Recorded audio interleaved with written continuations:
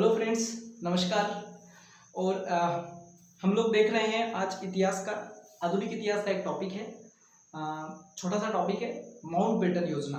देखो, माउंटबेटन योजना जो है स्वतंत्र भारत के लिए एक महत्वपूर्ण घटना है और एक योजना है जिसमें कि भारत जैसे विशाल देश को दो भागों में बांटा गया।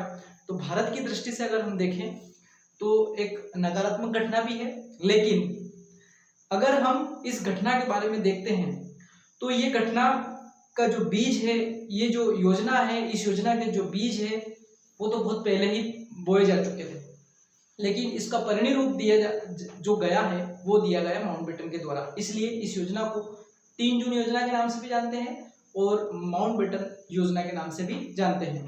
तो देखो, माउंटबेटन योजना का मुख्य आधार ये था कि जब 1946 में संविधान सभा का गठन हुआ था और ब्रिटिशर्स ने ये बोला था कि आप अपना संविधान निर्माण करिए, हम आपको स्वतंत्रता देने वाले हैं। तो जब अंतरिम सरकार बनी थी, उस अंतरिम सरकार में जो वित्त मंत्री बनाया गया था वो बनाया गया था लियाकत अली को, जो कि मुस्लिम लीग के सदस्य थे।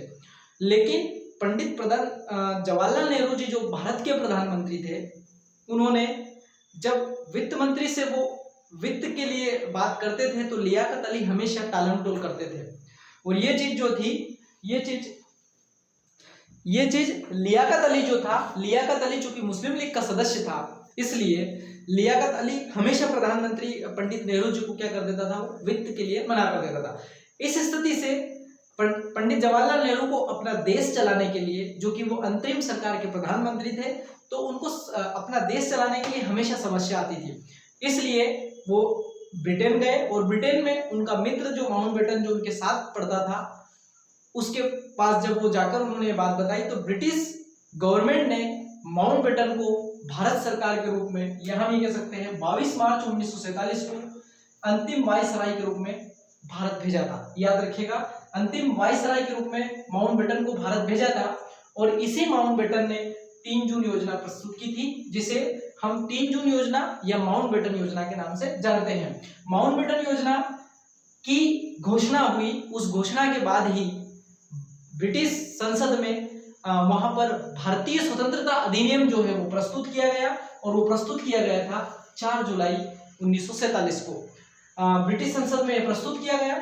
और इसे जो मंजूरी मिली, अर्थात ये बिल जो था, भारतीय स्वतंत्रता अधिनियम जो बिल था, वो पास हुआ 18 जुलाई 1947 को। तो ये दिनांक याद रखिएगा, 4 जुलाई 1947 को यह बिल प्रस्तुत किया गया था, भारतीय स्वतंत्रता अधिनियम ब्रिटिश संसद में, और 18 जुलाई 1947 को इसको पास किया गया था। अब ये बिल पास होने के बाद इसके मुख्य प्रावधान क्या रखे गए थे 3 जून योजना के, वो थोड़ा सा ये है कि याद रखना, इस 3 जून योजना में प्रावधान रखे गए थे कि 3 जून योजना में जो माउंटबेटन है उसने ये घोषणा की थी कि हम 2 अधिराज्यों की क्या करेंगे, हम स्वतंत्र करेंगे। उन 2 अधिराज्यों का जो है हम उनको स्वतंत्र करेंगे, उसमें एक भारत होगा और एक पाकिस्तान होगा। तो भारत का पश्चिमी भाग जो था उसे पाकिस्तान नाम दिया गया, और जो पूर्वी भाग था उसे हिंदुस्तान नाम दिया गया। फिर दूसरी घोषणा इस प्रावधान में, इस 3 जून योजना में दूसरा प्रावधान ये था कि दोनों ही अधिराज्य अपनी अलग अलग संविधान सभा का क्या करेंगे, गठन करेंगे। ये भी इस घोषणा में था। फिर तीसरा यह था कि दोनों अधिराज्यों के लिए, अधिराज्यों का मतलब यह राज्य से ही है, दोनों ही राज्यों के लिए एक एक गवर्नर जनरल की व्यवस्था इस घोषणा के अंतर्गत की गई थी। और जब 3 जून जो घोषणा थी, उस घोषणा को जब ब्रिटिश संसद में भारतीय स्वतंत्रता अधिनियम के तहत पास किया गया, तो 14 अगस्त की नाइट को यह प्रस्ताव जो पास हुआ, और ब्रिटिश सरकार ने इस तारीख को भारत और पाकिस्तान को स्वतंत्र करने की तारीख रखी। तो 14 अगस्त की रात को 11:30 या 12 बजे जब इसको स्वतंत्रता दी गई, तो पाकिस्तान हमेशा अपनी स्वतंत्रता 14 अगस्त को ही मना लेता है। तो 14 अगस्त को पाकिस्तान और 15 अगस्त को हिंदुस्तान क्या हुआ, आजाद हुए, ब्रिटिश गवर्नमेंट से क्या हुए, आजाद हुए।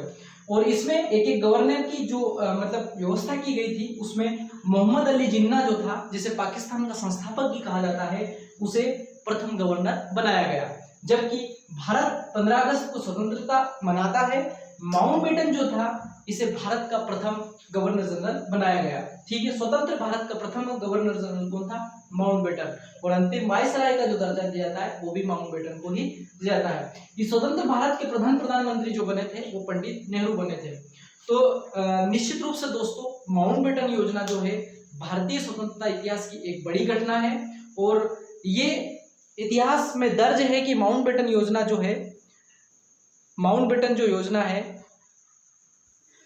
निश्चित रूप से दोस्तों जो माउंटबेटन योजना है हमारी परीक्षा की दृष्टि से बहुत इंपॉर्टेंट भी है, और यहाँ से हमेशा कभी न कभी क्वेश्चन एग्जाम में पूछा जाता रहा है। तो इसलिए आप निरंतर इस YouTube चैनल को देखते रहिए, लाइक करते रहिए। जय हिंद, जय भारत।